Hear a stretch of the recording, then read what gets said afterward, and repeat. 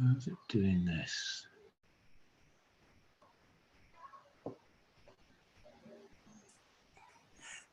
I'll try again.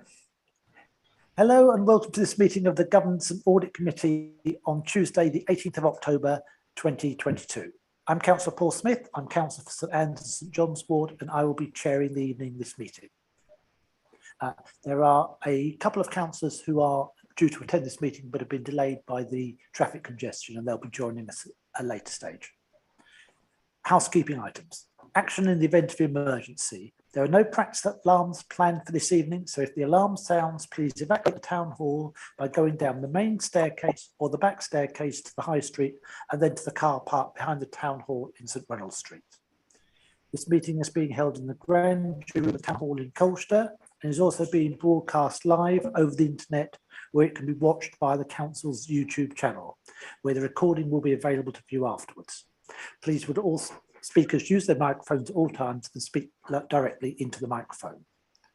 Members of the committee may use electronic devices to access their meeting papers, and visitors are welcome to use mobile phones and other devices, including cameras, but please use them discreetly, set them to silent, and do not use the voice or camera flash functions.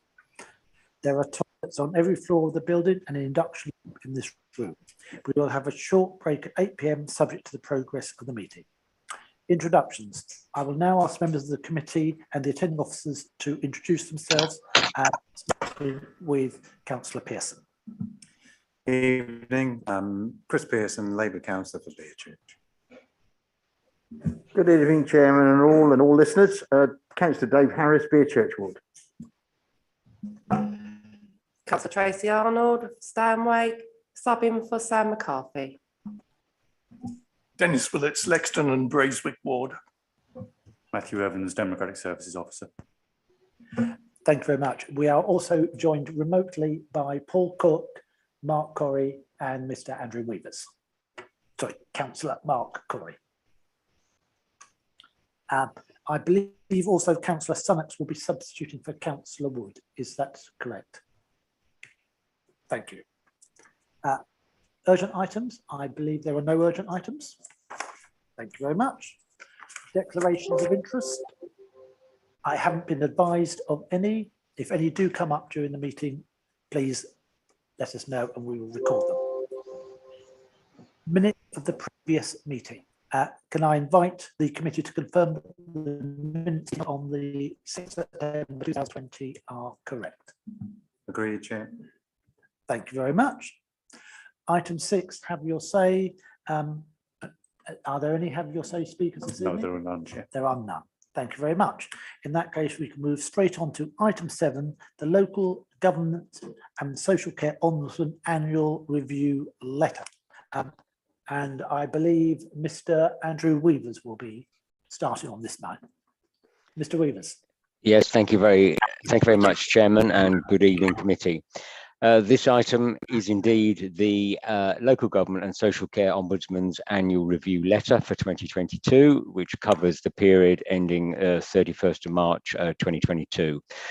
Just to let you know that the report was previously considered by Cabinet at its meeting on the 7th of September 2022, when Cabinet agreed its contents. I just draw the committee's attention to paragraph 5 of the report, as this contains the key headlines and details statistics on 3 key areas. And they are the number of complaints upheld, compliance with recommendations, and satisfactory remedies provided by the authority. Now, I need to draw the committee's attention to paragraph 5.2 in the report, which provides details of the 1 complaint which was upheld by the Ombudsman with a finding of maladministration causing injustice. The details are contained in the paragraph, and at paragraph 5.3, I've tried to place this into context of the situation at the time. The tables at paragraph 5.4 and paragraph 5.5 provide a comparison of complaints received and decisions made over previous years. And finally, Chairman, the table at 5.6 provides performance details of other councils in Essex. Happy to take any questions, Chairman. Thank you. Thank you very much. Councillor, do join us.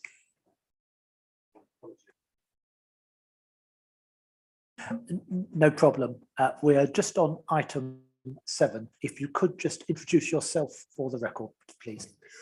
William Sunnex, Rural North. Thank you very much, Councillor. Councillor Pearson. Now, Chair, I was going to say, as much as I would like to continue exercising Mr. Weaver's voice, I'm prepared to accept the recommended decision. Yes, Chairman. I mean, the report shows that there is good performance in terms of the way the council has conducted itself with only one upheld complaint. One of the things which struck me when reading this report is just when does a complaint become a complaint subject to the system that we're looking at? For instance, I complained that my refuse was not collected 2 weeks running. Clearly, that is a trivial matter which would never appear in this system. At the other end of the spectrum, you have an error or an oversight on the part of the finance department, which ends up with a company being £10,000 short. So presumably somewhere between those two extremes, there is a decision point at which we say complaints are worth recording. I wondered whether there were any metrics or guidelines which indicate when a complaint is sufficiently serious for it to fall within the gambit of the issues that we're looking at this evening. Thank you very much. Mr. Weaver, could you answer that question, please? Yes, of course, Chairman, and thank Councillor Willits for the question. A complaint will only be referred to the local government and social care ombudsman after a particular issue has exhausted our own complaints procedure. So it will mean it will have been raised as a complaint initially, so that will be dealt with at stage 1 of our complaints process. Then if the complainant isn't satisfied, it would then go on to stage 2, which is the final stage of the complaints process. And if the complainant still doesn't feel that the council has responded adequately enough, then they have the right then to take their complaint to the local government ombudsman. So really there is a filter process, if you like, a 2-stage filter process, whereby any issues that are raised go through our own internal process twice, and then if somebody is still not satisfied, then they have the right to go to the local government ombudsman afterwards. Thank you, Chairman. Thank you very much. I have a second question. In the report, there is a reference to prioritization of the investigation of complaints. Is this because it's a template letter, and whereas we only had one upholdable complaint, there may be other authorities which have tens, if not hundreds, of upholdable complaints, but it didn't make sense in the context of a good administration like Colchester being told to prioritise one upholdable complaint. It was on page 2 of the report. Chairman, if I could come back to that. Yes, Councillor Willits is absolutely right. It is a template letter. So there's nothing for us to worry about in terms of not having a prioritisation scheme for just one complaint. Yeah, absolutely, Chairman. Absolutely. I can give you that assurance. Thank you. Thank you, Chairman. Thank you very much. Councillor Smithson, I'm pleased you've managed to fight your way through the traffic to join us. If you could just introduce yourself for the record, please. Apologies, Chair. Apologies, everyone. Councillor Smithson, Tiptree Ward. Thank you very much. Right, are we all done on item 7? Oh, sorry. Councillor Corrie. Thank you, Chair. I only just wanted to come in and first of all say that first question from Councillor Willits was very useful to hear, and to hear Andrew Weaver's explanation. So thank you for raising that. I only wanted to come in really and congratulate our our team who were giving out the business support during COVID, because they were one of the quickest to get it out and were joint second at one point for giving out all of the money to as many of our businesses as possible. And I just wanted to say that to actually have just one complaint and to eventually get through to settling that in a way that made sense, in a way where we did apologise that we hadn't supported them. We supported thousands of businesses in Colchester and got out millions of pounds thanks to the government support and thanks to our team led by Sam Preston. And I knew, because I was working with her at the time as leader of the council, how attentive they were, to the point where I was having discussions about some of the larger support grants where we had the discretionary scheme. And she knew these larger businesses, well, for Colchester, they're sort of medium-sized businesses, but they're larger for us. She knew them so intimately. And I just think that actually to have one complaint after all of that, and if you compare that to some of the other councils during that period, having got them out so quickly as well, we did not have complaints from businesses saying, where's our money? Because most of them had it very quickly. So I just wanted to add that reflection in, that I'm quite pleased with the results, in a sense that we've only had one complaint because we had thousands of pleased businesses in Colchester. Thank you. Thank you. Quite the context. We've got colleagues. Can I ask you to? Oh, sorry, Councillor Harris. You're indicating. Okay, yes, to agree with the report, of course, as Councillor Pearce says,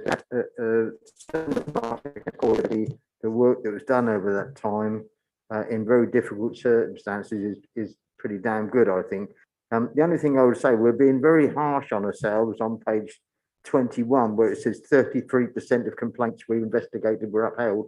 And when you think there was only 3, there's only 1 that failed that magic litmus test, I think, you know, it's very, very good. And I think that we shouldn't read too much into that 33%. It's a sad fact that when you go with small numbers, 1 makes a big difference in that percentage matrix.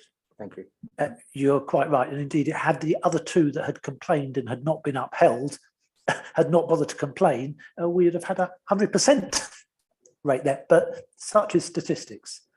Can I ask you all to note this report, please? Thank you very much. We'll move on now to item 8, the Health and Safety Report 2022. Yes, thank you, Chairman. That's me again. So, this report provides an overview of the Council's health and safety activity for the period between October 21 and September 22, and also a review of our health and safety policy for 22-23. I would just draw the committee's attention really to paragraph 5 of the report, because that provides a summary of the work undertaken in the past 12 months. And I would highlight in particular the following.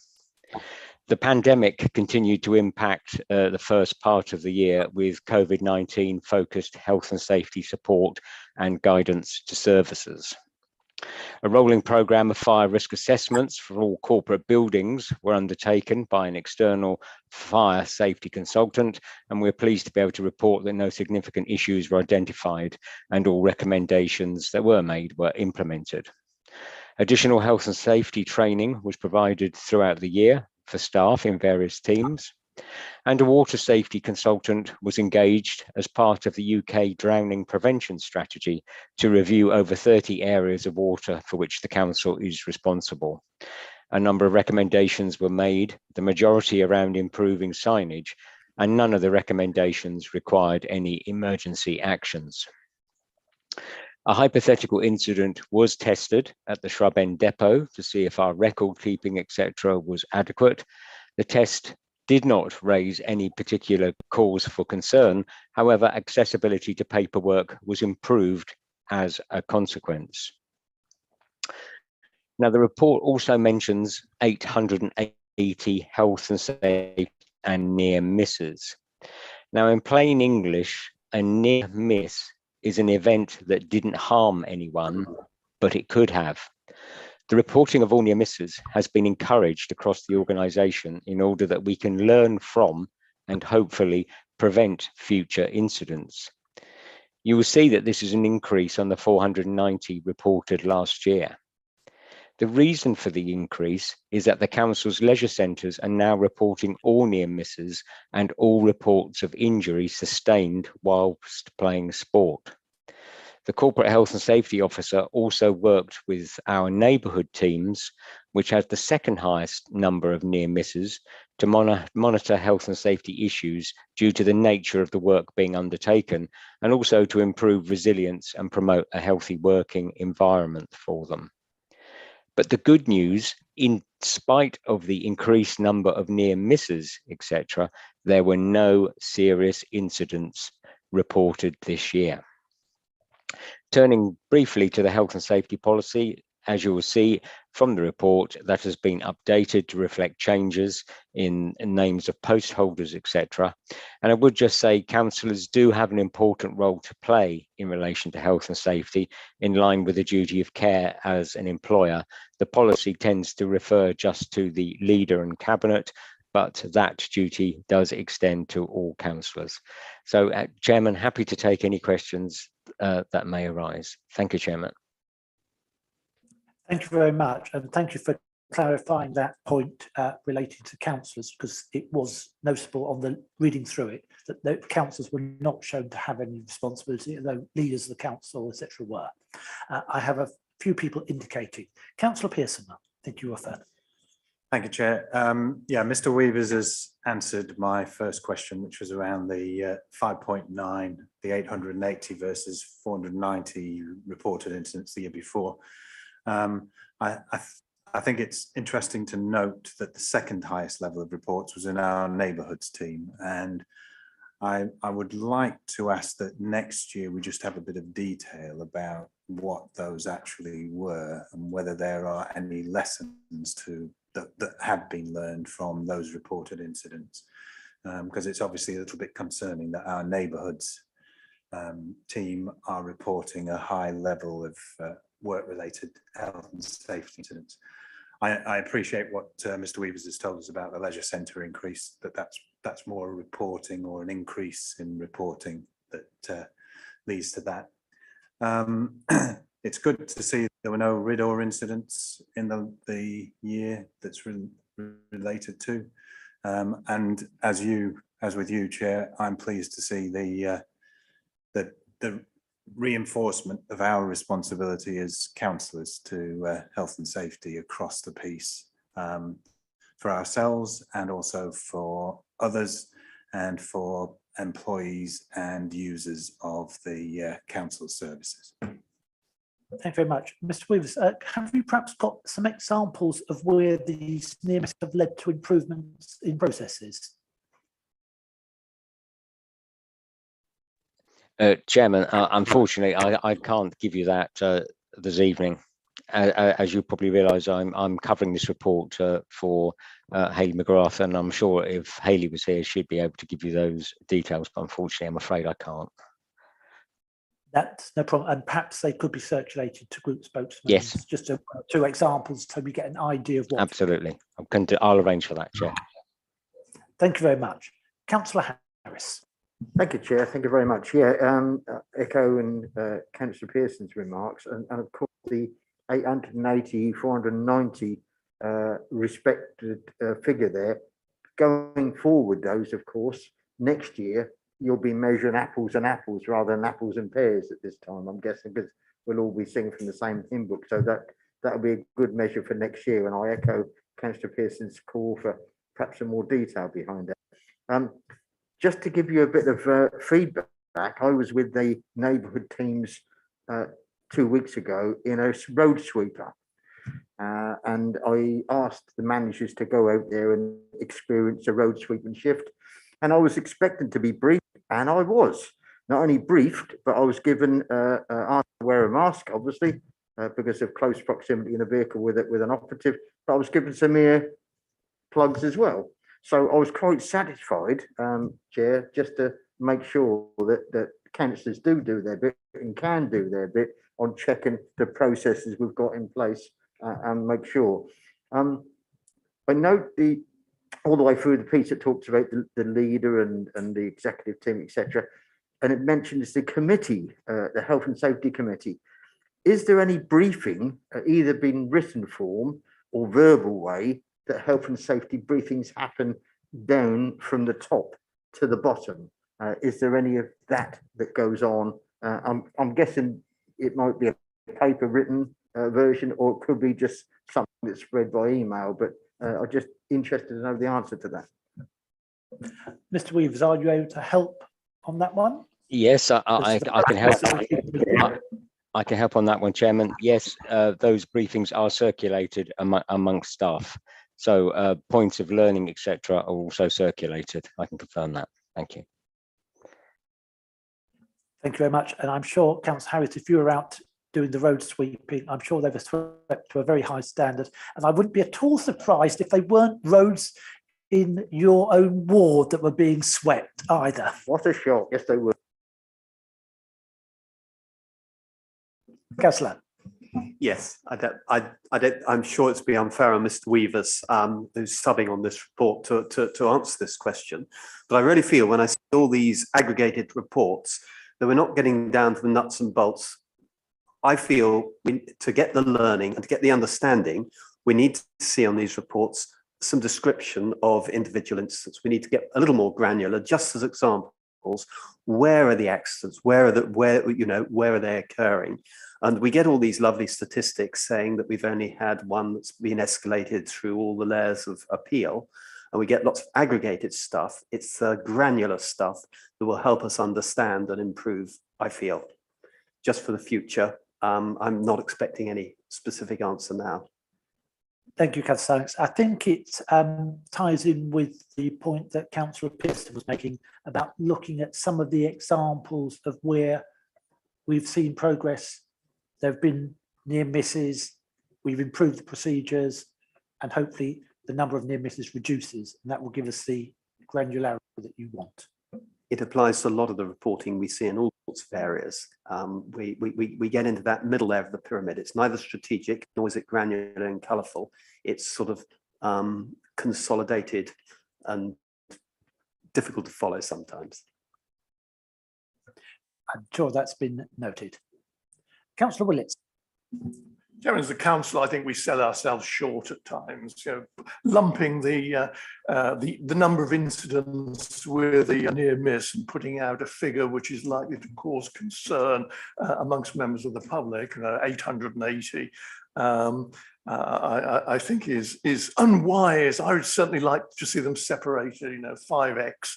No safety incidents this year, and 5Y 880 near misses, just so that there's absolute clarity that good practice is being maintained within the council. If I come back to the near misses, I don't really know what is meant by near miss. We've already had one explanation this evening. That, say, in the aeronautical industry, if any part of an aircraft comes within 100 meters of another, any part of any other aircraft, that is classified as a near miss. Everyone knows what it means and what the implications are. But if a brick falls off a scaffold, as one of our operatives is walking past and they're on the other side of the road, it's not a near miss. How close do they have to get to the brick before it's judged to be a near miss? So I worry that we're probably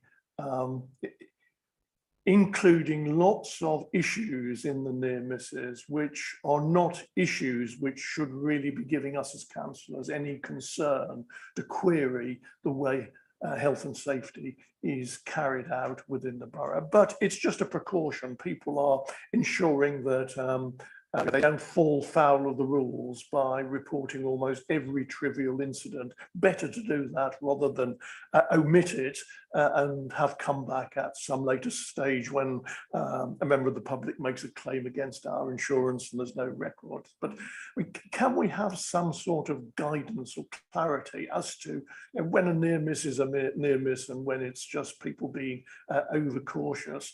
Otherwise, this number of 880 could escalate out of control without giving us a real feeling for the near misses are, where lessons, as was said, lessons should be learned, lessons should be documented, procedures should be changed, but many of these incidents will not require any change to our procedures, and we may be getting a false impression. Thank you.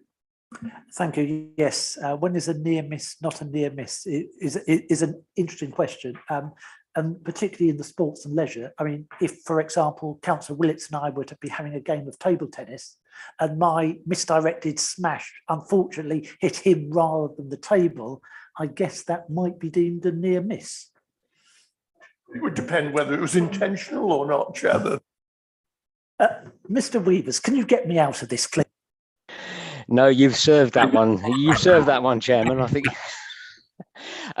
No, seriously, an example of a near miss can be something like what a member of staff can trip on, say, like a loose power cord, but it doesn't actually lead to a fall and them injuring themselves. So we as an employer then learn that you need to ensure that there aren't loose power cords around the workplace. So there are two things really. So there's near misses, if you like, from us as an employer looking after our staff to ensure that their workplaces are safety and all safe, and also our buildings where members of the public, like you say, like in leisure centres and stuff, can go in there and there aren't things lying around. I'm not saying there would be, but things lying around which could cause members of the public to trip and potentially injure themselves.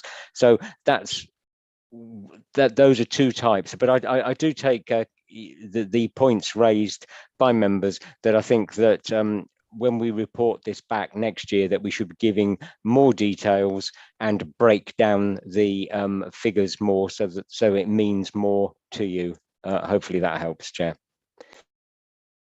Thank you. I've got Councillor Corey indicating and then Councillor Pearson. Councillor Corey. Thank you, Chair.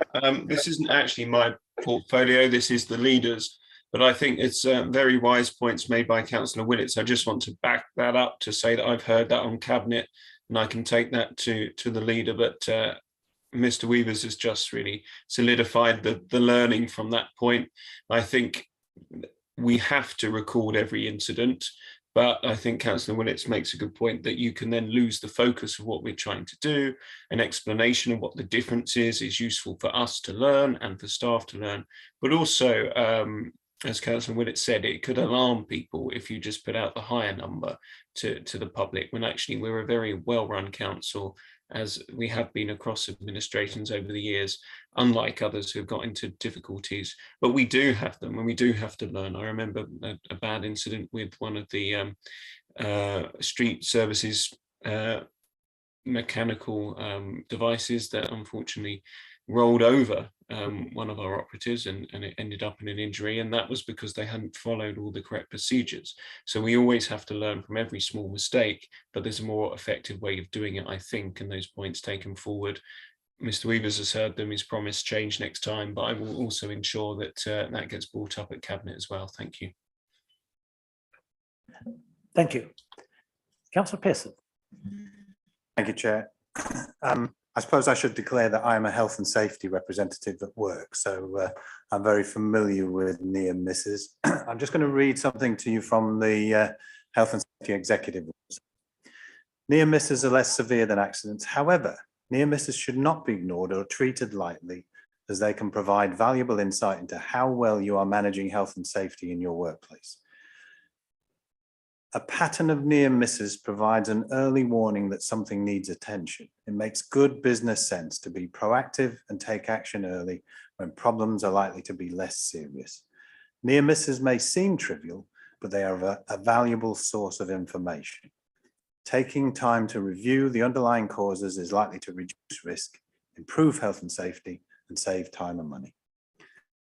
And the advice from HSE always has been that you learn probably more from near misses than you do from actual accidents, because what you're doing is learning from those that didn't lead to injury but could have, and preventing those injuries going forward, because you take some action to change that behavior or to alter alter whatever structure in place that are leading to near misses. I take Councillor Willett's point about perhaps dividing near misses and actual incidents when we report them to the general public, but I think it's absolutely critical that we do keep track of near misses. Thank you very much for that input. Colleagues, I'm going to ask you to review the health and safety work that's been undertaken from October 21 to September 2022 and to approve the health and safety policy for 2022-2023. Are you in agreement with that? Agreed. Thank you very much. We now come on to the Treasury Management Annual Review. And I believe we have Paul Cook to introduce this item. Thank you, Chair.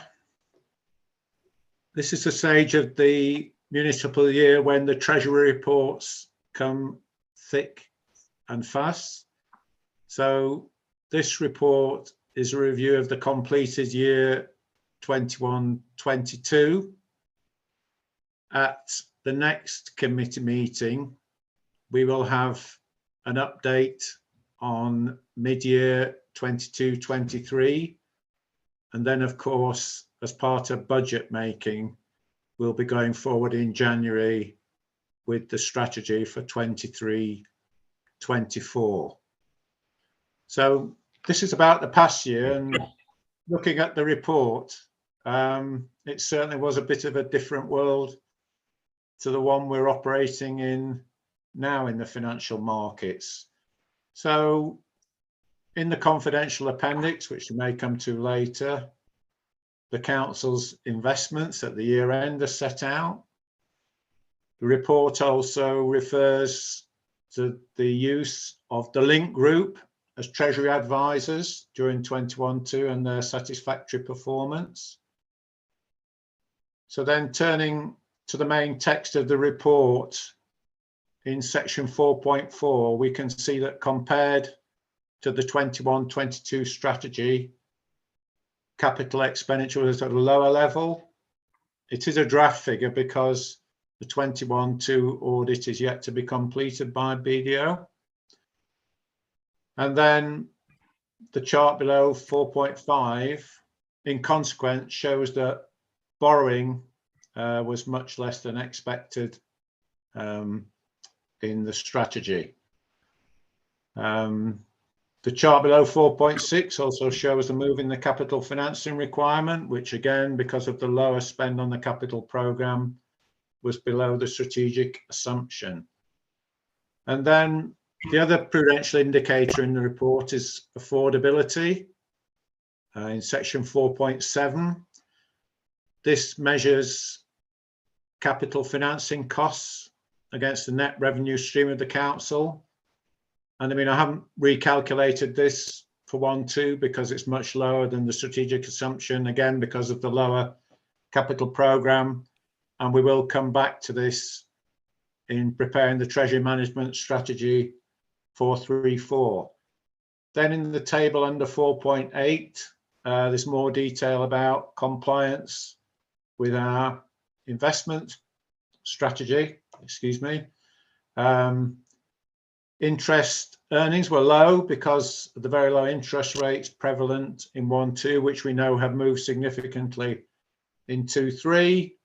Some information about the technical limits, and then the strategy on distribution over the maturity structure, which I think is self-explanatory, and average borrowing rates. And then in response to member questions, in the chart just above section 5, I've set out the maturity distribution of the debt portfolio, demonstrating that predominantly the council's borrowing is in very long fixed rate maturities. And then in the financial implications, I think exceptionally, because things have changed so much in 2-3, I do give some information about how the bank rate has moved in the chart. We can see the big changes.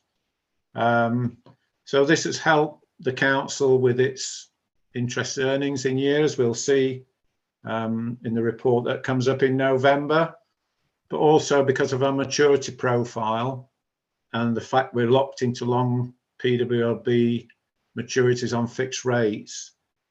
These abrupt interest rate changes haven't had a detrimental impact on the council's finances. So I'll show below in 7.7 what were the offered rates by the PWLB on the 7th of October. So whilst those rates are much higher than some of the rates we've seen over recent years, as a matter of history, they are not exceptionally high rates, and they are now moving back the other way.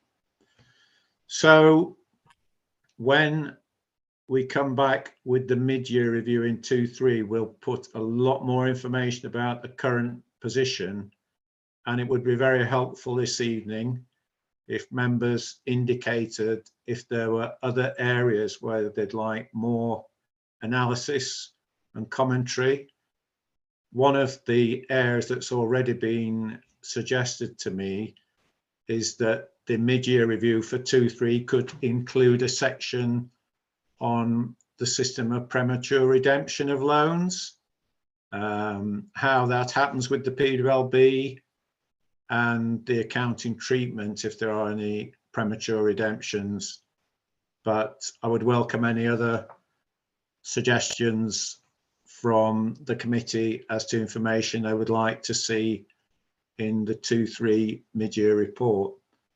So that, in a nutshell, Chair, is the Treasury Management Review of 21-2, and I would welcome any questions. Thank you. Thank you very much. I think there will be quite a few questions from various members of the panel on this particular item. I'd like to start, though, with looking at the fact that we didn't take on as much borrowing as we intended last year. Given that interest rates have now risen, that's going to mean that when we do get round to doing that borrowing, that will be at an additional cost. Do we have any sort of quantification as to how much that's likely to come to? Thank you, Chair. That is something we can provide more detail in the mid-year review, but as an initial, as an initial reaction. In the current year, we have investments matched by borrowing. So we intend to run down the investments to avoid external borrowing. And the council's borrowing policy is that we do not borrow in advance of need because of the risk that might arise in carrying the funds, but not being able to invest them at a commensurate rate. So we can provide more information in the 2.3 review about the messages of the yield curve, which is moving, and that suggests, you know, when we do actually need to borrow again, which might be in calendar 23 or calendar 24, we may see rates that are coming down from the current levels. But the main aim of our Treasury activity is to operate within the PWLB criteria and the Treasury management policy, which is not to borrow significantly in advance of need. And because of delays in the capital programme and lower expenditure, we haven't had a justified borrowing need. Thank you. Thank you. I'm looking at the report there. We're looking at a year-end average cost of borrowing of, I think it's 2.96%, which, if I'm reading the table in 4.8 correctly, compares very favourably where the yield curves are looking now. So we are benefiting considerably from having that historic borrowing on our books. Thank you, Chair. The average borrowing rate is a combination of borrowing decisions over many years. And in setting the Treasury strategy for 3-4, we can look at the potential to borrow long-term immediately in those years, or borrow temporarily and then refund when rates are more satisfactory. So I think it is difficult always to hit the market at the right time. We're very careful to adhere to government requirements and only borrow for need for capital expenditure. And we will look very carefully at interest rate prospects with our Treasury advisors as we set the strategy for 3-4. So I hope that answers your question as far as we can at this stage. Thank you. Thank you. Yes, it does. I mean, and just finally, I know there have been a number of us that have got into financial difficulty by borrowing then on lending the funds to the bonds. The situation in Thurrock springs to mind. Can you confirm this is not a policy that Colchester Borough Council does? Absolutely, Chair. There are a number of requirements that have been added in recent years by the PWLB in response to Treasury concerns about local authority borrowing only for income earning investment. So there is new or relatively new Treasury guidance that sets out permissible purposes for borrowing, basically local authority services, which we all always adhere to. We do not borrow for gain, and we only borrow when we actually require the resources to fund capital expenditure. So we do take great pains to make sure that the authority always acts correctly within the PWLB criteria, because it is essential that we maintain that facility. Thank you. Thank you very much indeed for that. Are there any other? Yes, Councillor. Yes, I'd like to thank and thank him for putting in some of the answers to my questions. As you can imagine, there are always more questions. The first is that this is actually simpler, going back to what I said before, at granular level than it is at consolidated level. Councillor Smithson, sitting on my right, found that you could actually get the information off the Public Works Loan Board website, actually telling us what the borrowing was, when it was drawn down, what the interest rates were, how long it was for, and most importantly, what its valuation at market rates is. So looking back at 2021, we had 132 million of borrowing, and that was about 30 million more. The market value was about 30 million more. In other words, if we wanted to clear the borrowing, if we wanted to pay down the debt, we'd have had to pay penalties, and Paul Cook can confirm this. We would have had to pay very substantial penalties. That market valuation, with interest rates rising, has swung the other way. And aren't we pleased that we've got such long borrowings and at such low rates? And wouldn't we wish that we'd got a 30-year fix on our personal mortgages at the same rates? So someone has done something right somewhere, and that's very good news. My other questions relate really, a lot of them come back to the interplay between the Treasury policy and the capital budget.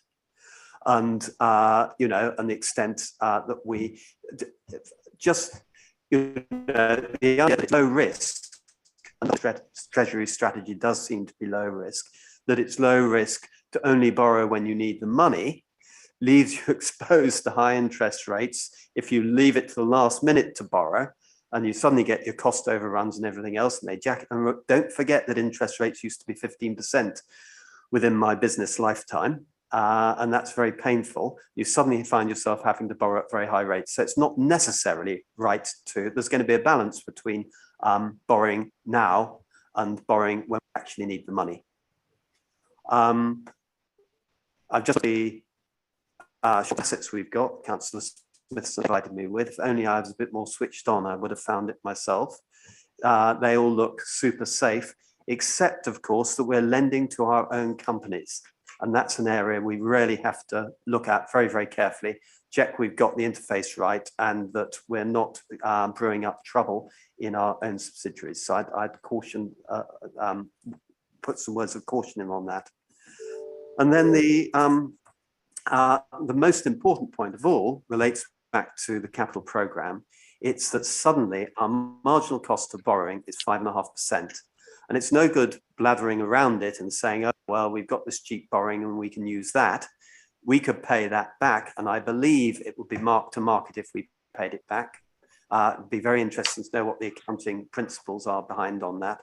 I think we should think of 5 to 5.5% as our cost of borrowing. And when we look at our capital programme, we should reappraise it against that. And that's got major, major implications.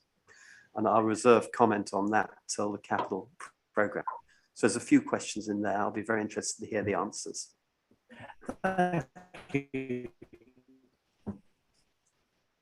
Thank you, Chair.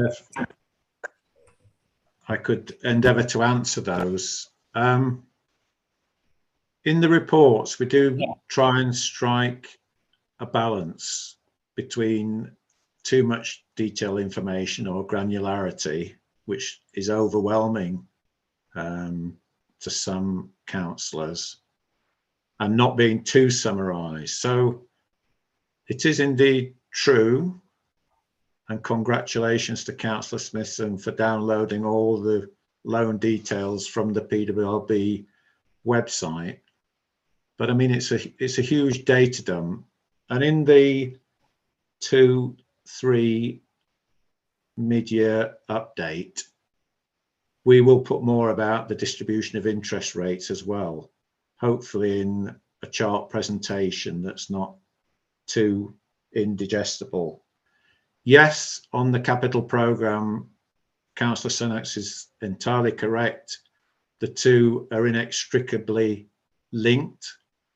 When we come to assess the capital programme reset for 3-4, we will make a realistic assessment of the cost of new borrowing and, of course, minimum revenue provision, which will be required on any borrowing. So hopefully in the update report for 2-3 and the future strategy for 3-4, we can provide more depth of analysis, and also in conjunction with our investment advisors and borrowing advisors link, set out some options as to how to address higher borrowing rates.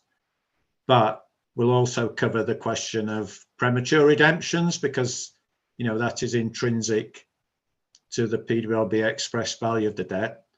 And it is quite complex now, because the PWLB used to discount current loans at the current offered rate, but now they have a separate set of premature redemption rate. So that's one catch. And then under the SITFA accounting code, we would probably have to spread any advantage gained from the premature redemption over the life of the loan that had been redeemed. But all that we can set out in the next report, Chair, if that's okay. Thank you. Thank you. I think, as you can see, we have a fair number of members here who got reality of the financial details here, and that will be something which obviously we need to bear in the future. But I think there's been some very valuable points there. Councillor Pearson. Thank you, Chair. Yeah, just on the PWLB, my thought was, rather than making this a lengthy document, might it be easier for Paul and the team to add links to our document so that we could very quickly go, those of us who want to look at the granularity can very quickly go and have a look.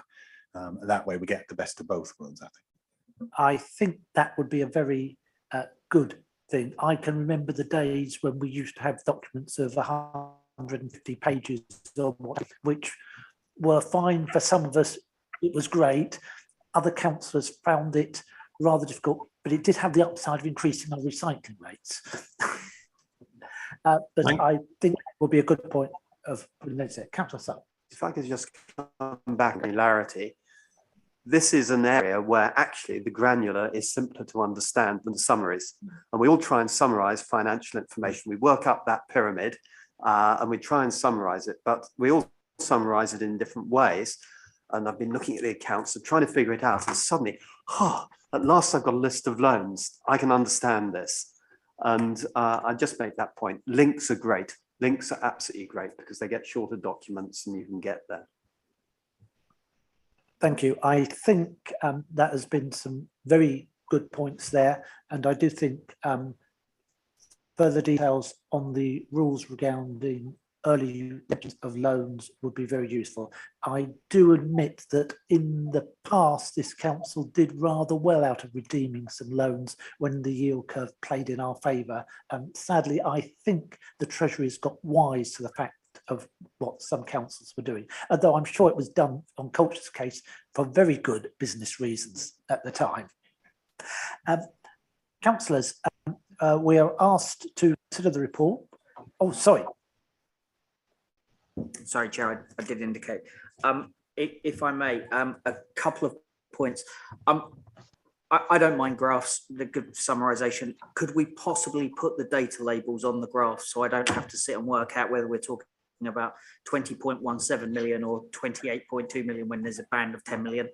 That would be hugely helpful for me. The other point I want to make is around the long-term debts and the maturities. Sector clean will be around to care by the time that these come round in 2073. However, this council got 18 million of debts repayable in 1 year in 2071. I think if we can't repay early, and if we can, I think we should smooth some of these dips. So we can keep the repayments at a steady level of around 4 million. That would be prudent. That would take out about half of that large peak in 2071. If we can't do that, then I think the Treasury management strategy needs to have a very, very robust long-term plan for dealing with this, because we are going to leave someone an awful headache if we don't. Thank you. Thank you very much. I think actually Councillor Corrie has intentions of being around in 2071 as well, because I think that I made that comment when we took out at one stage. But Paul, I believe you're indicating at the moment. Thank you, Chair. Yes, we will add data labels. Apologies for not including those because it does make them easier to read.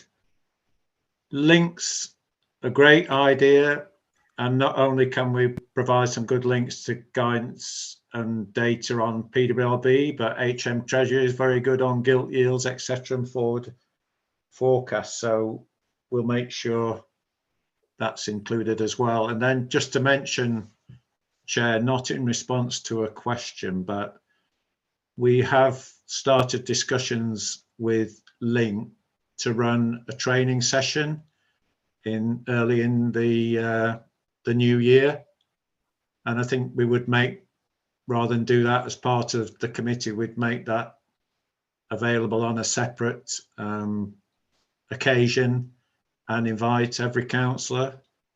So hopefully that might allow the opportunity to discuss, with Link some of these issues as well, which I think would be constructive. Thank you.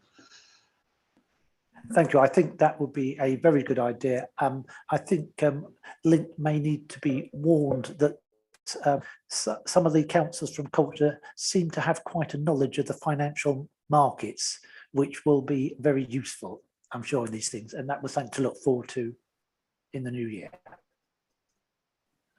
Councillor Smithson. Sorry, Chair, just one point. Obviously, this maturities table doesn't take into account any borrowing that we may take out in between, which is payable earlier. So just a point that it would be good, I think, to have sight of the changes in the debt portfolio year on year. As we borrow more, we should keep track. Absolutely, keep an eye on our portfolios.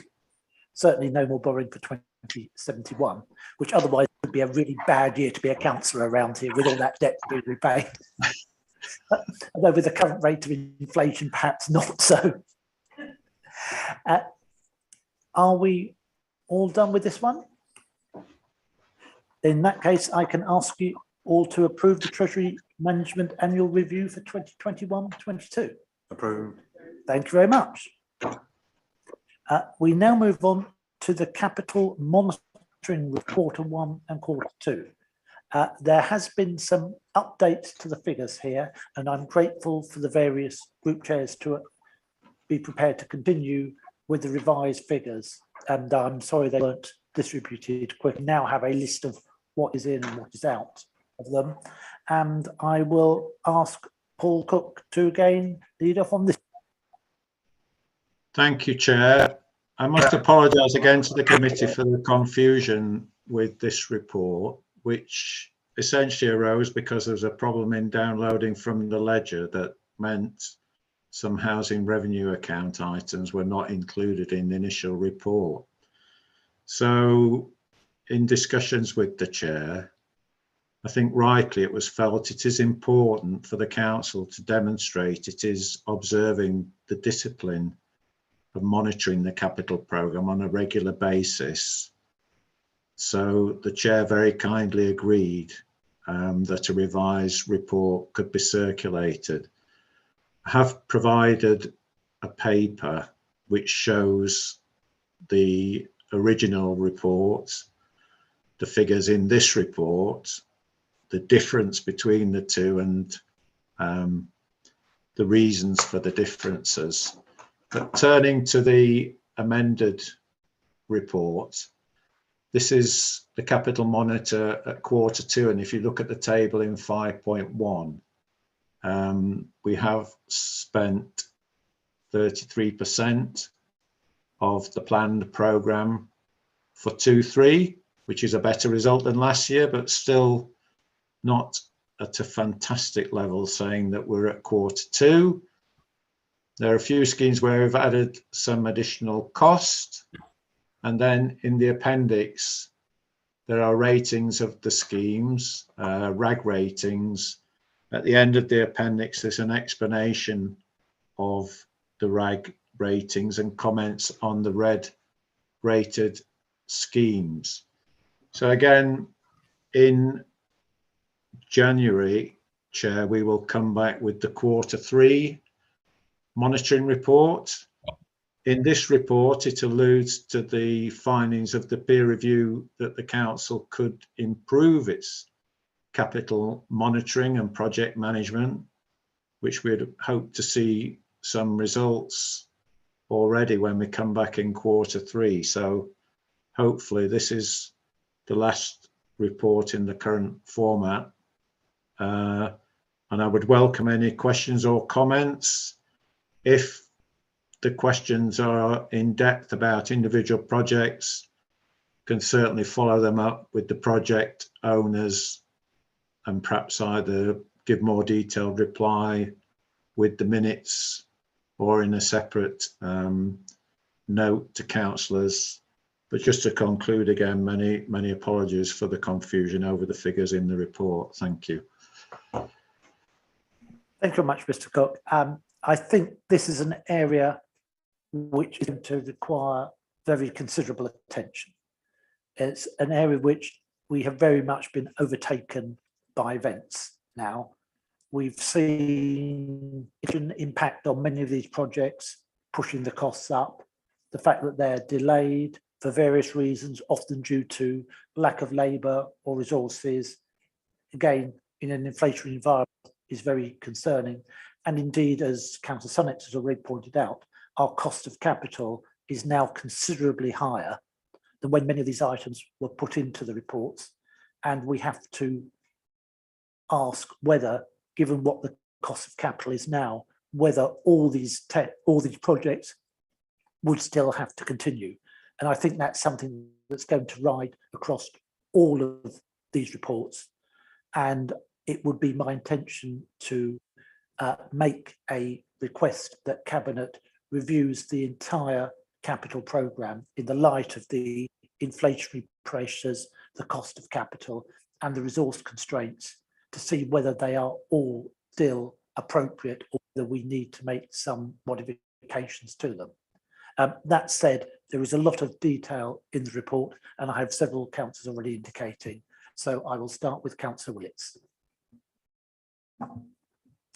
Thank you, Chairman. If I can ask a general question to start off with, many of us were surprised to hear the outline, because we have yet to hear get the final report from the peer review. But certainly the outline, their immediate feedback, where they said, firstly, we've got to get a grip on the capital programme. And secondly, they said, as a matter of urgency, implement changes to improve the planning, prioritisation, management oversight and delivery of all capital projects and programmes, and consider particularly implementing a benefits realisation, so we know what we're getting from each capital programme and what it's really worth to the borough. Could I ask our 151 officer what his reaction is to the initial findings of the peer review? Thank you.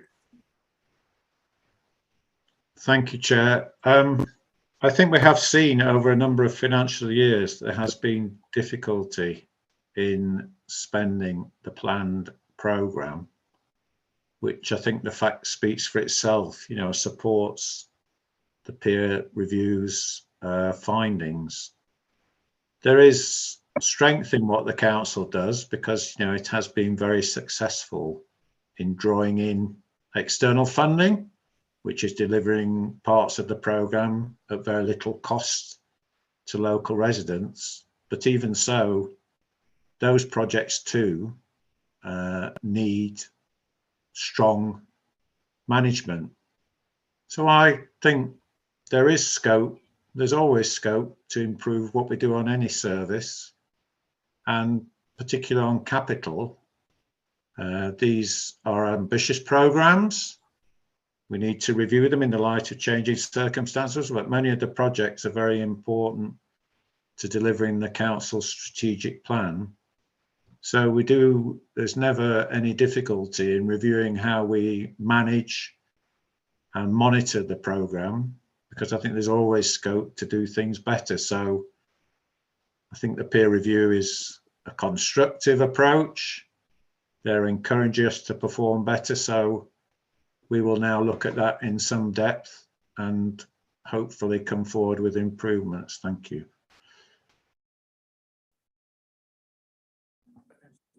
Can I ask the second question, 151 officer, Mr. Cook? Given the action just outlined by our chairman in what he thought should happen immediately, does that meet with the immediate reaction that you would expect from us on the governance committee? Are we reaching it right? I mean, are we entitled to be rather concerned by what the peer review was saying, or are we letting them off easily with what is being proposed? Thank you. Well, I think as part of the established budget process, we will look at the capital programme in its entirety in resetting it for 3-4 onwards. I think it's very valuable that the committee can stress to the cabinet it needs to understand the changed financial environment in which those decisions are being made. But I think the council has been strong in every financial year ahead of the financial year. We do a complete review of the capital programme, the cost of existing schemes, new schemes, which we assess carefully. So I don't see any difficulty in that recommendation. It's something that would be expected as part of good financial management, and we're certainly planning to do in moving forward into 3-4. I don't know if Councillor Corey, Chair, wanted to add to that.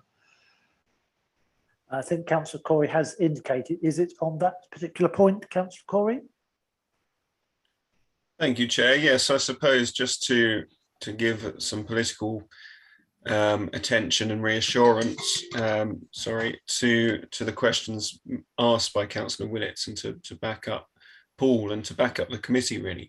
I would say that from the political point of view, previously we when I was last running in administration, we saw the capital programme slipping, and we understood the pressures, a lot of them coming from the post-Brexit situation in the country, less workers, inflation internationally, lack of resources internationally being imported as well, and delays to resources being imported.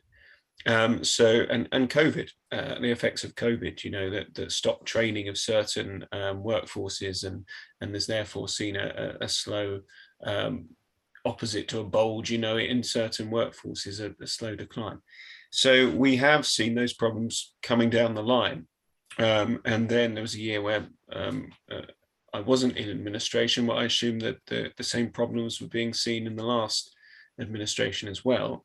So we were actually very much aware, and I know Councillor King previously in the resources role was looking at how do we review the capital programme before the change of administration. So we were very much aware of it. So I was not surprised to see and hear what they had to say. I would say that Colchester has been an ambitious council with its capital programme. So I have been and done peer reviews at countless other councils, and I've seen their capital programmes. And ironically or oppositely, it's usually me or other peer reviewers saying, you need to go further with your capital programme. You could do this and you could achieve that. Whereas I think they're looking at ours going, well, you're trying to achieve a bit too much in this era of a perfect storm. So I think there's a bit of practice and principle that we need to target here. One is the principle, perhaps trying to do too much and actually needing to pare back and focus.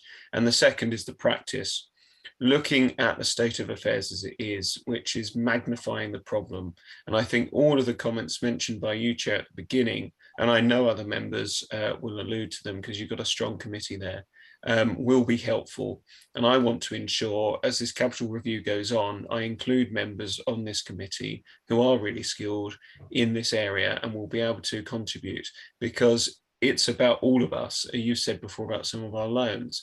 Some of the costs of these capital projects will be paid over decades, and we need to get this right for the residents of Colchester. We need to get it right together. So in that review, I want to see as many people embracing that as possible, in the way that the review has been positively constructive about it, you know, constructive criticism. I welcome it, because we felt that was an area, if we were to talk about anything we did before they came, that would be an area where we needed to do work. So I welcome the comments. I welcome the comments of the committee so far, and we'll listen to what else comes up. Thank you.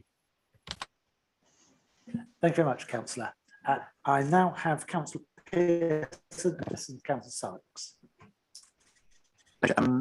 Firstly, before I comment on the paper that's before us, I just wanted to be certain that what we have in front of us tonight is actually being published on the website, because obviously that we've got changes before us, and it's important that the residents of Colchester are able to see what we're seeing.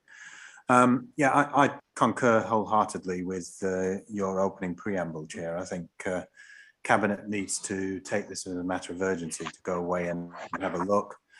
That said, I wouldn't want to see the baby thrown out with the bathwater, and where we have got one or two capital projects that are ready or close to ready to go, I wouldn't want us to see those included in any review and held up because of that. So I think it's important that Cabinet do a prioritisation review of what's here and do it very expeditiously. Thank you very much, Councillor. The point about the changes being posted on the website, if they've not already been done so, we will make sure that they are done. Thank you very much. That was a very good, valid point there. Councillor Smithson. Yeah, 2 points, if I may. Following on from your comments at the start, can I ask that we look at the way that the RAG status is allocated? I know the definitions are included here, but it seems to me that these are quite subjective and not objective. It talks about how the project manager views it. I don't see how we're looking against delivery against scope, delivery against budget, delivery against timescales.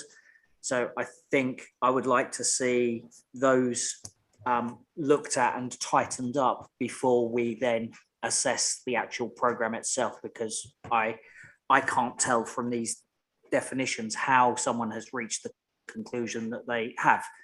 If it's based purely on spend, it doesn't make any sense, because I've got projects which are rated amber with more spend than projects that are rated green. So it just doesn't make any sense to me at all. Is the first point. And the second point, just a point of observation on the report. The paragraph, the executive summary of the paragraph says, you know, that these programs contribute towards the local economy and working towards recovery, a high level of investment benefiting the borough. I don't see how that could be the case if we're not actually delivering them. Just a point. How can we benefit if we're not actually doing these projects at the moment? So, thank you. Thank you very much. I think you raised a good point about the RAG definitions. I too like them to be objective tests, 10% above budget, 5% below cost, delivery X% below time scale, rather than the more subjective ones. And I think that's something which a lot of this committee with their math would be quite keen on, and something that we could, again, I think, include in the review there. So we will certainly look into those points. And I take your point about if they're not actually happening, they're not delivering any good at all. And that's certainly true. And so perhaps we could look with the wording of it. Councillor Harris, I see you're indicating, is it on this particular item? Yes, thank you, Chair. I would agree with you there. It's a very blunt tool, very blunt indeed. But there is other values here apart from the financial value. There's value to Colchester, which is where Councillor Corey said this will go back to Cabinet and to actually look at which of these, because something will have to be pared back, I'm guessing. We've got to make sure they're the ones that are possible to pare back, because obviously there's ones you can see on here very clearly, very nearly impossible to pare back. But if there is a need to be trimmed or altered or amended, we've got to make sure there's consultation and it's the right ones for Colchester as a whole. Thank you, Chair. Absolutely. But I think, again, looking at the RAG implications, again, that is something which applies to all projects, whether it's socially very desirable or commercial or whatever. If it's behind schedule, it's a concern, and we need to look at that one in there. Councillor Smithson. Sorry, if I can just come back to Councillor Harris's point there. I think he makes an excellent point. If we can't pare back, then we need to think how we're going to fund these, and that also needs to be put into that grand review, because I'm not sure that we can with every. Wait. Yes.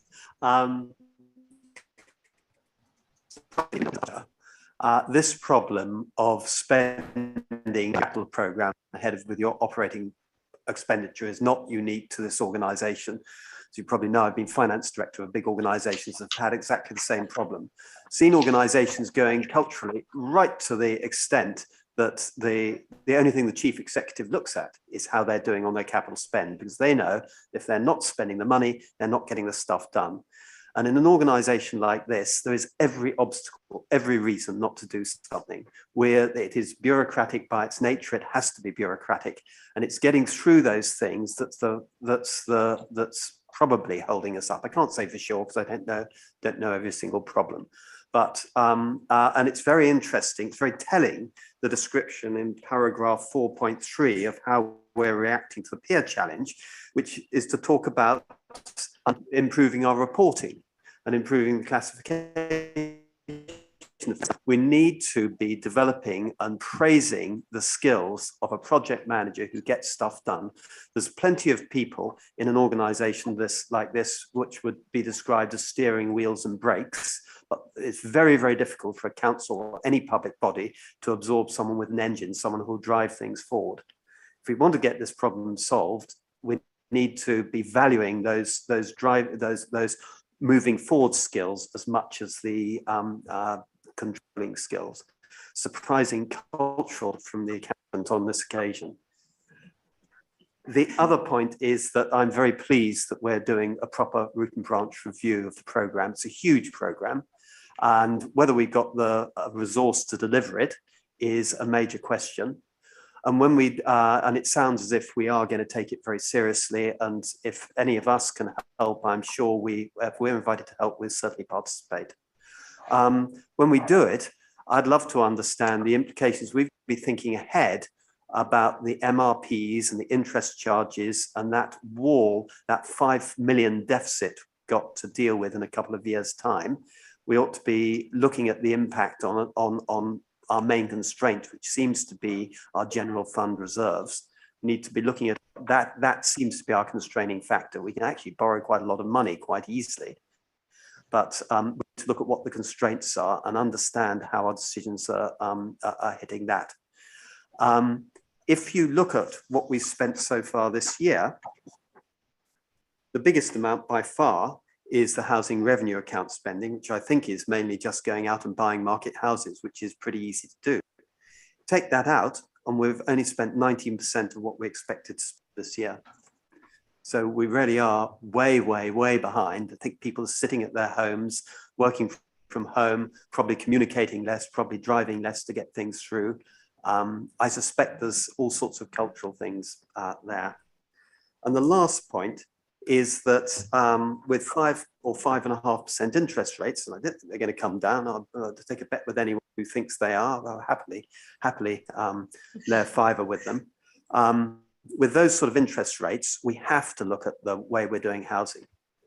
And I know, and Councillor Smith has said to me, oh, well, you don't want to pay it back to the Treasury. And of course, I don't want to pay it back to the Treasury, the housing revenue account. But I just feel we ought to be trying to, we're getting a yield. I looked through, getting a yield of between 1% and 2% on our social housing.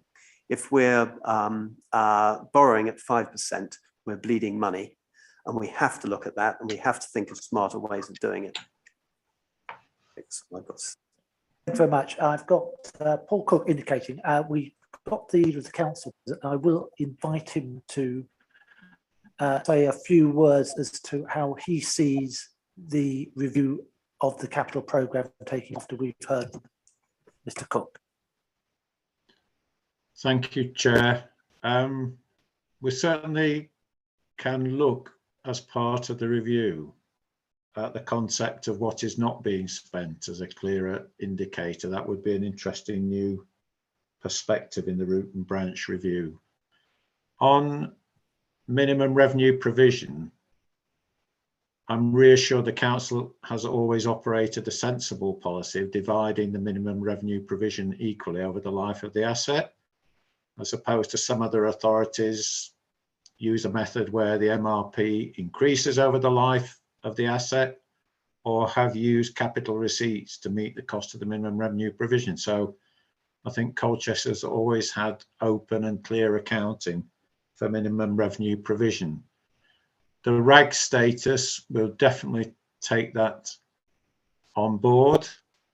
In cricket, they have the Duckworth-Lewis system. I'm sure we can have the governance and audit system to give a categorical RAG rating that stems from clear evidence.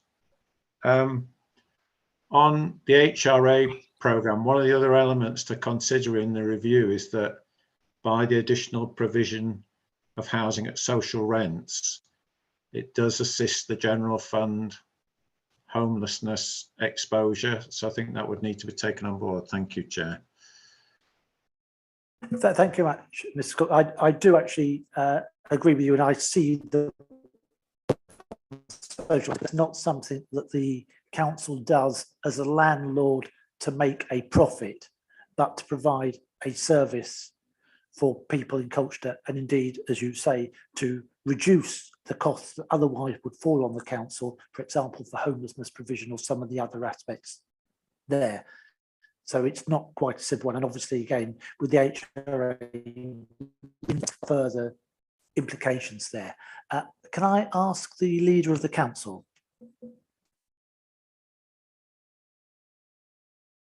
Thank you, Chair, Committee. Good to see you.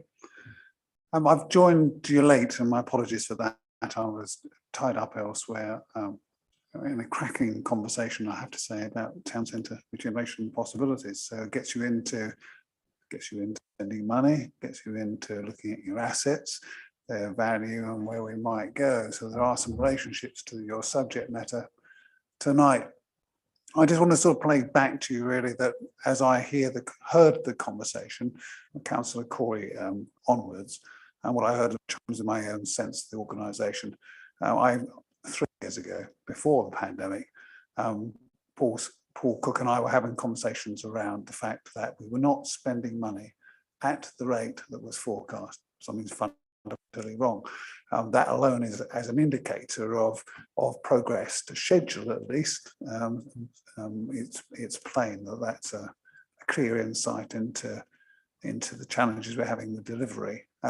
Councillor Corey is absolutely right, and we ought to acknowledge this, that we've had 3 extraordinarily difficult years, but now is absolutely the moment when we say that was then and this is now, and we have to do what we said we're going to do. The LGA, as Councillor Corey described it, played back to us what we knew and could see.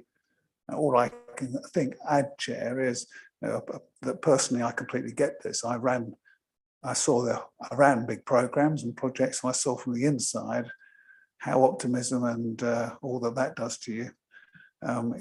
Corruption's a big word, but it decays your judgment, and we've got to root this out, and we've got to get really clear, and we've got to be clear about the data that drives the judgment we're on track or not. I don't want to say it's a science. There is a measure of that in project management, but actually, if we know what the key milestones are, what is attached to them in terms of expenditure and value, we should be able to do a much better job. And I think we have been doing. This gets me on to, is this a criticism of the local authorities staff? I take a rather more generous view. I think we've done really well with a thin cadre of project managers. And we're going to have to accept that in resetting the organisation, there are places, and the Chief Executive agrees with me, and this is one of them, where we're going to have to bring in some extra resource. We're going to have to grow it, or as I say, we're going to have to bring it in. Project management, Paul does a fantastic job for us, strategic finance in the applied sense. Those skills are only in part available. That's a wider issue than for this local authority, but it's absolutely an issue for us. So scale and ambition, absolutely cross-checked. The sums all scrubbed, all of that. And Chair, you asked me whether I'd have more detail. I haven't yet, but I know what we need to go and do. We need to go through those projects and the way that's been described. We need to be very clear about where we are, very clear about what's going to happen. We have to introduce some challenge into that process. So it's not just a repeat of the existing managers' sense of where they are. We're going to have to make sure between us that we, as I say, cross-check and come to an understanding we're prepared to stand behind, and one where we deliver, not that we've just promised. So we're at the beginning. I welcome what the LGA has said. I welcome what the committee has said today. It makes sense to me. I hope what I'm saying back makes sense as well, that there is a recognition of the need to give this a scrub as independent-mindedly as possible, and to accept that this will reshape the programme. I don't want to talk about ins and outs, that will come out of those conversations, but whatever we do, we've got to manage it well, and we've got to come to you and to the public and report success, frankly, rather than lagging behind. Thank you. Thank you very much. I think we all take a lot of comfort from the words, particularly from the close working that we've been offered across the council chamber from the cabinet members on this review. It is something that's very important that we get right. Councillor Williams. Chairman, I think we should not underestimate the scale of the challenge, because if we follow the peer reviews suggestions, which are some part carried out by many organisations who have capital programme, and the benefits analysis and benefits review is something which we don't do particularly transparently in this authority. I always had this wicked thought that the reason I would like to be a portfolio holder is that projects in capital projects in Lexton and Braeswick would suddenly blossom and flourish. And when I ceased to be a portfolio holder, projects in Lexton and Braeswick would just collapse in as we saw the money going elsewhere. And now it may not be that way. I'm sure that there is more concerted logic in the business cases which underwrite all the items in the capital programme. But it doesn't shine through, Chairman. And I think a benefits analysis of just what is the each capital programme going to bring to the public of Colchester would be an ideal way of getting to grips with the programme. My worry, though, is just what the leader was saying, that there's some very difficult computations there. I mean, given the choice between putting money into, say, St Mark's Community Centre or into Jumbo, I mean, how does one evaluate? Is it the number of people in Highwood who would benefit from that, or is it the number of people who will climb up to the top of Jumbo and admire the view? And perhaps there are more people in Highwoods than there are climbing up to the top. So does that sort of issue shape the capital programme, or what metrics are we going to use to decide what are the benefits of each item in the capital programme? I don't know. I haven't got the answers. My brain isn't big enough. But I clearly see that there is merit in being able to show quite transparently what are the benefits. I mean, sometimes it's just because we get the money. You know, money said, government says, here you are, spends £6.4 million in Greenstead, and we just go and spend it. You know, we don't ask what the benefits are. It's a gift from central government. We just go and do it. But in many of the capital items on the list, I don't know, and I'm not sure that anyone, leader may know, but anyone else really knows what are the documented benefits of these programmes and how we contrast them and compare and rank them on the basis of a benefit to the people of Colchester. Thank you. Having been the portfolio holder for finance for many years, I obviously that must have been missing a few tricks here, because the only thing in the capital programme I ever think I managed to get for St John's Ward was the roof at Charcoal. So perhaps I was not doing this quite as some others would do it. At least, I think I just want to acknowledge that complexity can sometimes be an enemy of clarity. That's for sure. I think for us to manage this well, the best way of approaching this is to set that what's in the approach has talked had to colour of administrations looking at it in continuity, and we have as administrations accepted the poison chalice or otherwise of the past. But I think that challenging where the benefits of projects which are well underway has a limited value. But there absolutely is a point about us ensuring, and it goes back to the way that I've tried this year, and this has worked well for many of us party, of ensuring that we have earlier conversations around what we should do, where we should do it, where we should put resource. Policy panels being one of those illustrations, the conversations that lie ahead, including tomorrow with alumni, around changing or at least challenging and testing where our strategic priorities are. That's going to be cross-party and earlier than before. So I think we can do that. My concern is a narrow one, which is making sure we understand where we might turn out in terms of outturn, when we might deliver on the projects that are in the existing programme. We can take some lessons from all of that conversation to the next round, but actually at the moment, for me, the prime focus should be to understand very clearly where we are, and I take the point that's been made by others to be able to describe that as well as we can. I want to know in each project line, there's just one illustration, how much contingency there is. I have asked this question a few times and I struggle to get an answer. So there are some maths in this, and some of you will be really pleased by that. There is some language which might please me more, but the middle way is going to be usually the best. So what we have underway, and just make sure we deliver as well as we can, and we'll take some lessons as we go through this about future future management, future decision making. But as I say, it's simple, really. Start the conversation about need and benefit early. Thank you very much. Councillor Corrie, you've indicated. Thank you, Chair. Probably the last time for me this evening, but maybe the last time. I'll keep praising Councillor Willits for his good points. I felt that last comment about sort of the benefits analysis, I can assure, along with what Councillor King has just said, that each time we are embarking on a capital project, we have a business case, we have an outline business case, principles, outline costs and income, etc. Then we go into a much more detailed business case.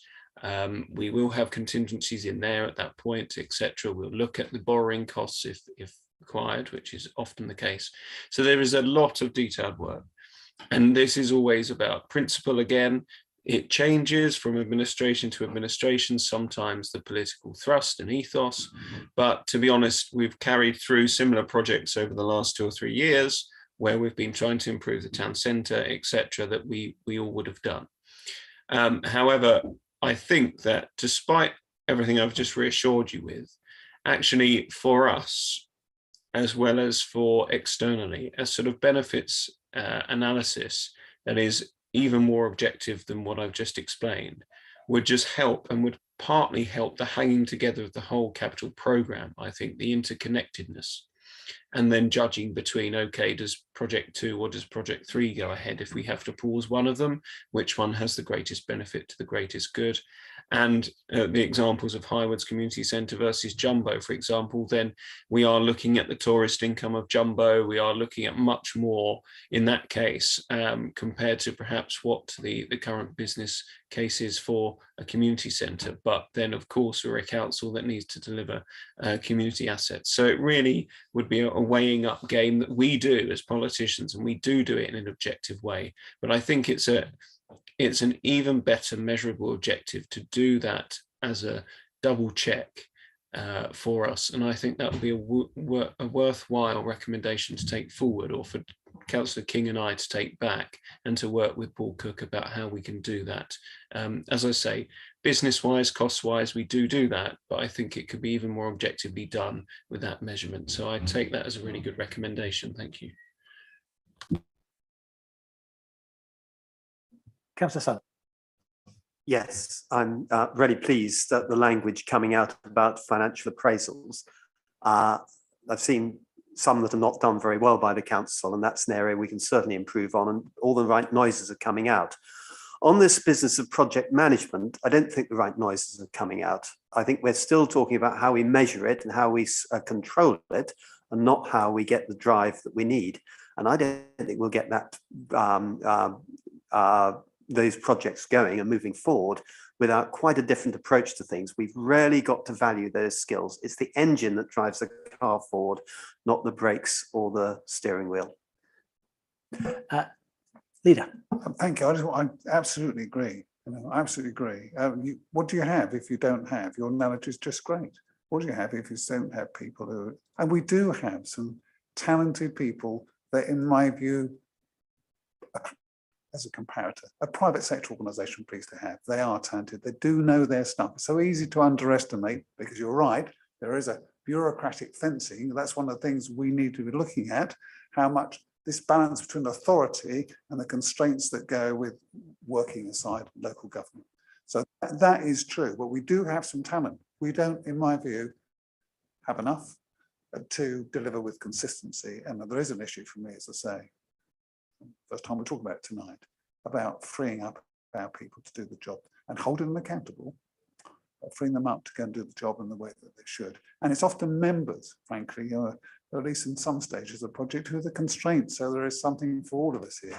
We have to give a bit more freedom as well. Councillor Smith. It seems to me, Chair and Leader, that perhaps project management ought to be our first champions programme. We have them. We should really champion them. Can we take that one away? And if we've got those people, we should be, as William says, singing their praises quite highly. Thank you. The point that's taken. I think that's an excellent point there. And I think the points that we've raised have been listened to very attentively by both the portfolio holder for finance and indeed by the leader of the council. I think we should now move on with this item. I noted in our first meeting, we did mention about inflationary pressures impacting on the capital programme.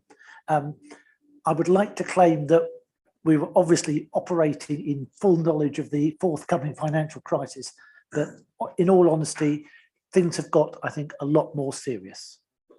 We're now facing the problems of a significant increase in our borrowing costs. We're facing significant long-standing inflation, and Councillor Sunnox, I'm certainly not taking your bet on interest rates coming down anytime soon.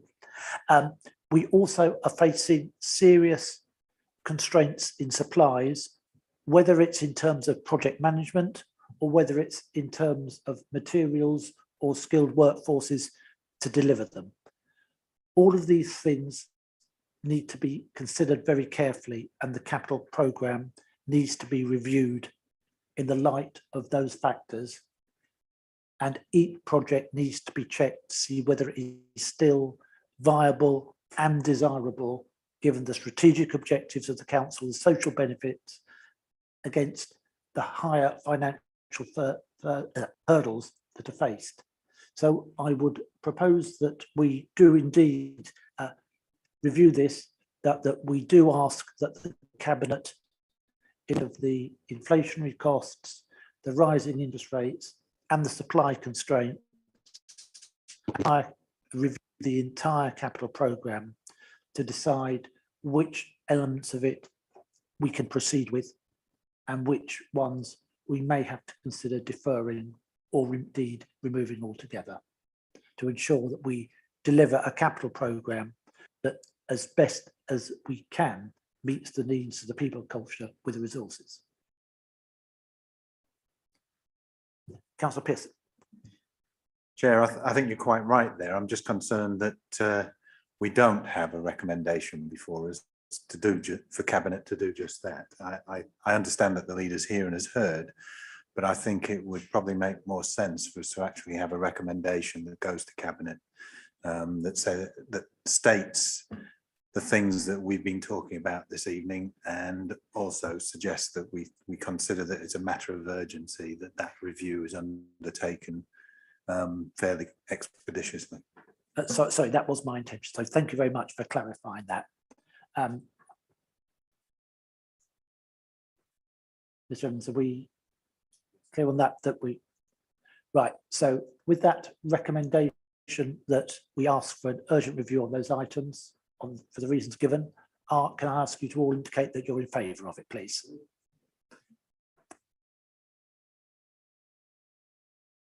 The next item we have is our work programme for 2023. As you can see, we have now got an additional date for a provisional meeting put in the diary for the 7th of December, where we are hopeful, I believe, that we might have the accounts. Mr. Evans. Hopeful might be a trifle strong, Chair, if possible.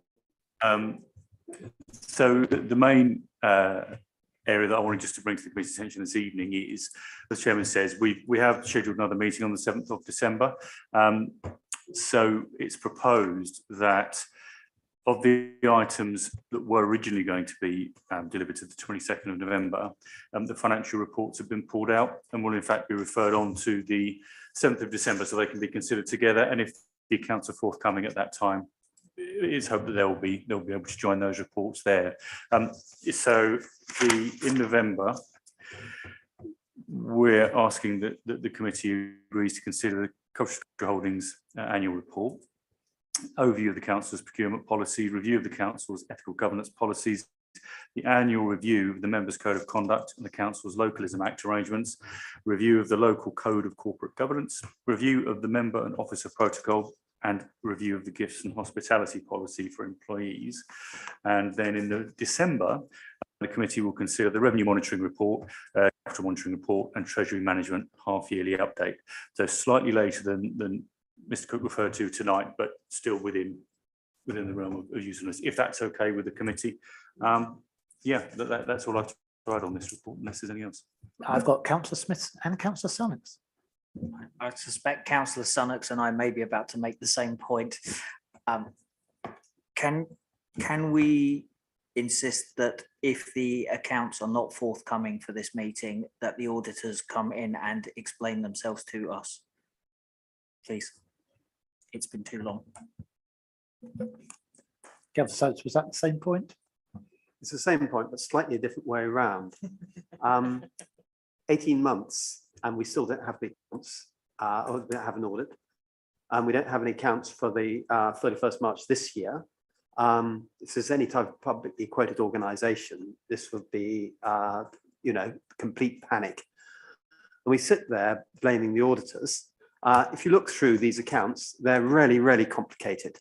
And there's all sorts of, you know, I can, if I was the partner of a firm auditing these, it'd be a complete nightmare. So we just ought to be watching out with, as responsible councillors, we should be watching out for the message that is coming out with the difficulties of the audit. I think it's to be taken really seriously. I would very much value, I've spent most of the day looking through these accounts today to try and see what's going on. And I've got 40 years experience as an accountant now. I'm really struggling with it. I wonder whether some point we need some type of councillor training session where Paul Cook or someone has time to take us through the accounts. And I think we ought to start taking these really seriously. Thank you. It is certainly a very different set of accounts than the normal sort of commercial accounts that you would get from any company.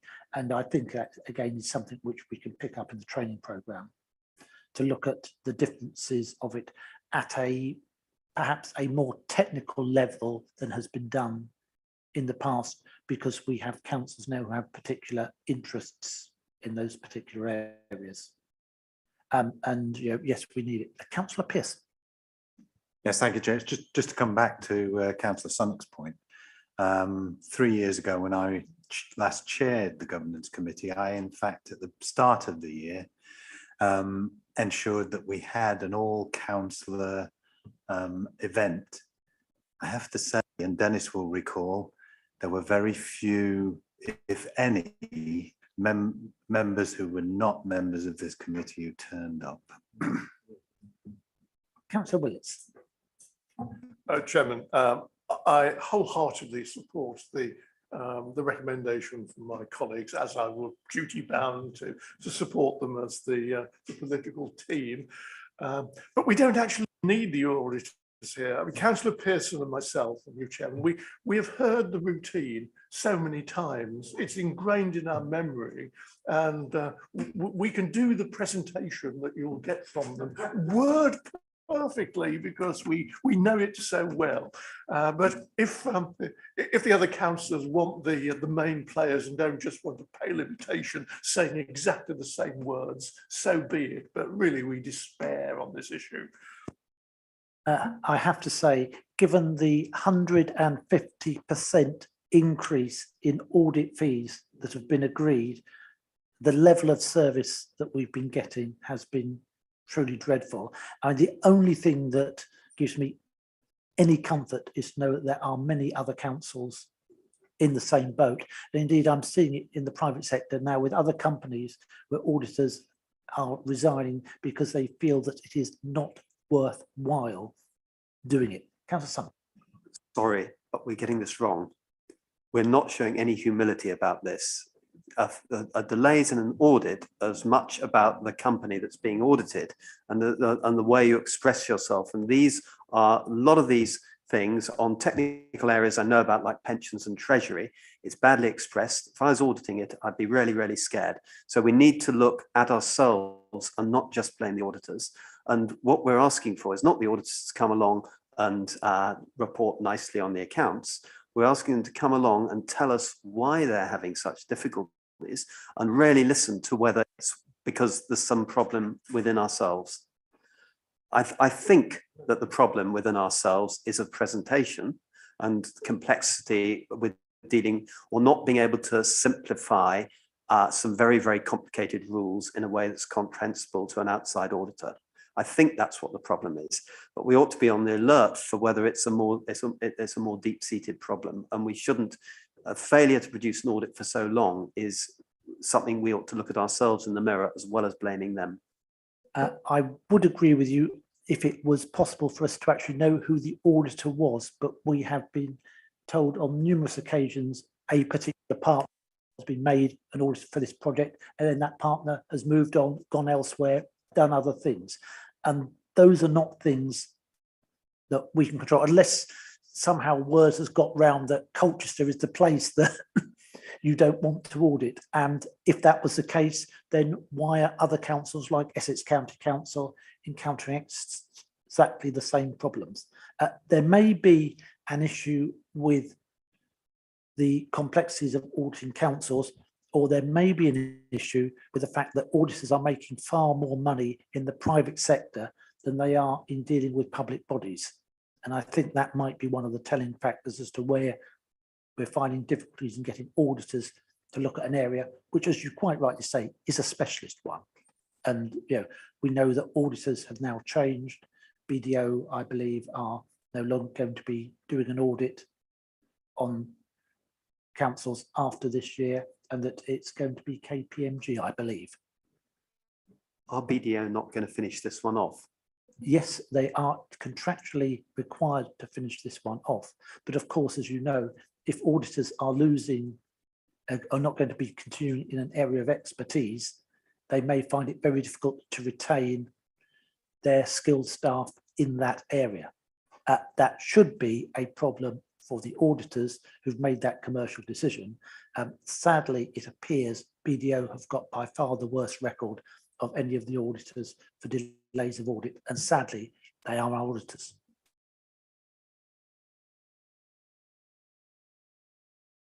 We will certainly obtain, if we have not got the reports by December, a further update on where they are, what's the reasons for the delays, and also whether there are other councils in the same position. Because if we were an outlier in this, I would absolutely share your concerns.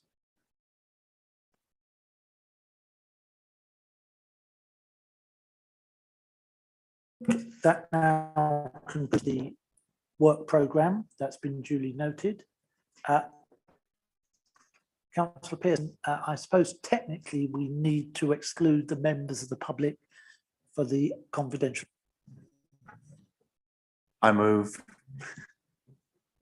Thank you. We now have the confidential item 12,